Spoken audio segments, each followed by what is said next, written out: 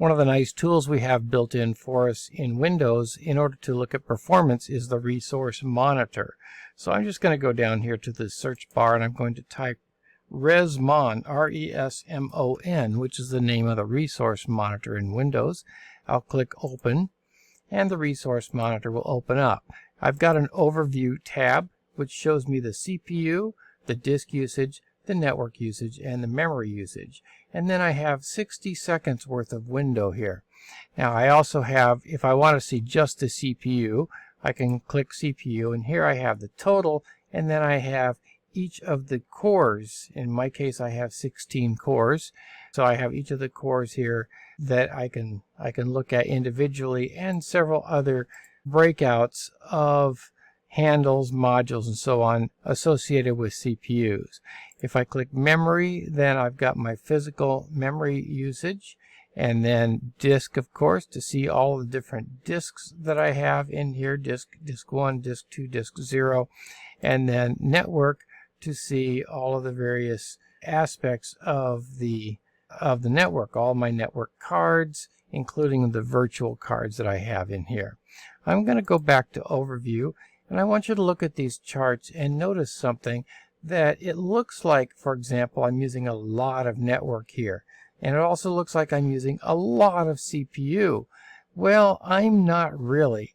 These things will change with usage. As a matter of fact, the CPU, let's go over to the CPU for a second, and you'll see that this looks like I'm using almost 100% of my CPU. But if I go down to my various cores, you'll see I'm actually using almost nothing.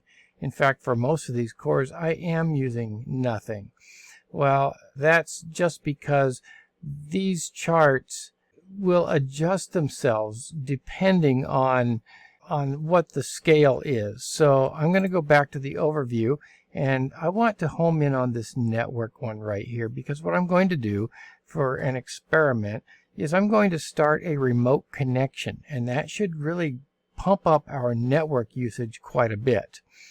So I'm going to go down to something called AnyDesk. Now AnyDesk is a remote software that I use, and I've got several other computers online right now around my house, and I'm going to make a connection with one of them. We'll make a connection with Spruce, and I want you to notice that this, even though it will look like it's going to go lower, that this 100 kilobits per second will change, probably change to 1 megabit per second.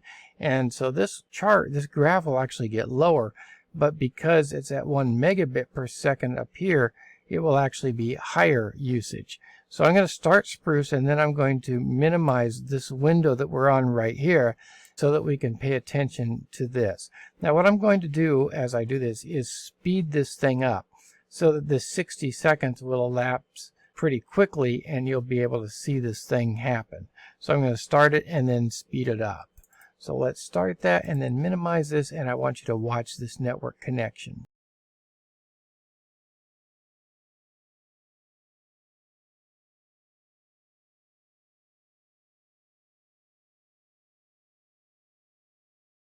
Okay, here we go.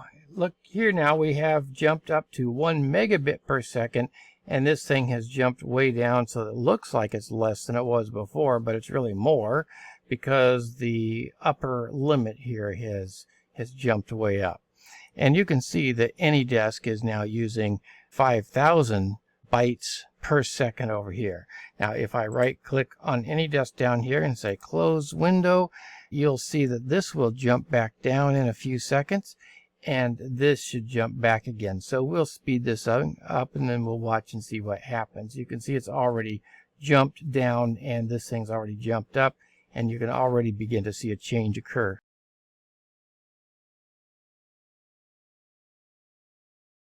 Okay, you can now see that AnyDesk has dropped off over here. It's not even running at all, and the only stuff, now this is back down to 100 kilobits per second, and it looks like Screencast-O-Matic, which is what I'm using to make this video, is the only thing that's really high over here right now that's keeping this thing running where it is.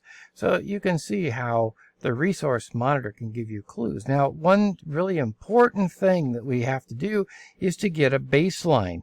So typically what we would do is just get this thing running with no programs running, get a baseline of what's running over here and what these numbers are, what these graphs look like, and have a baseline that we keep.